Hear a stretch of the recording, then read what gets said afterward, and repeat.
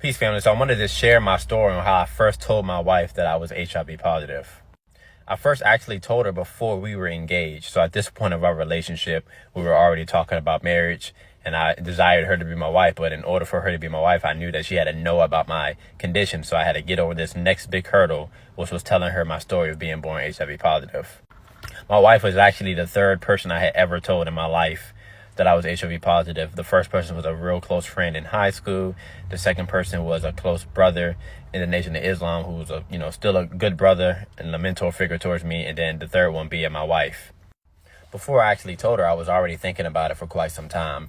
And probably for the week or two beforehand, I was thinking about it, a lot on my mind. And I remember having a conversation with my mother, and I was telling her that I wanted to propose to her. And she said, well, Marcus, you have to tell her about your condition. I said, yeah, I am. I'm just planning on the right time. She said, well, when are you going to do it? You definitely got to tell her soon. I said, yeah, no, I'm just waiting for the right moment. But I definitely plan on, having a long talk with her to be able to explain everything. I just want to make sure I do it the appropriate way. Before I told her, I was very nervous, but I also was very confident at the same time. Like, I was pretty sure that she would accept me, but I was always in my mind like, man, what if she says no? Or what if she misunderstands the HIV virus? Or what if she's just like, you know what, you're a good brother, but this is something I just don't want to accept because, she maybe didn't want to take the chances of her having it or the children having it, which would have been understandable. So what happened was I actually picked her up one night from the train station and said, hey, look, Shakur, there's something very important I would like to talk to you about. It's a lot of information, so please allow me to explain everything. My wife already knew that I was adopted. My biological mother had passed. And so I started off with that my biological mother had passed, and really the real reason why she had passed.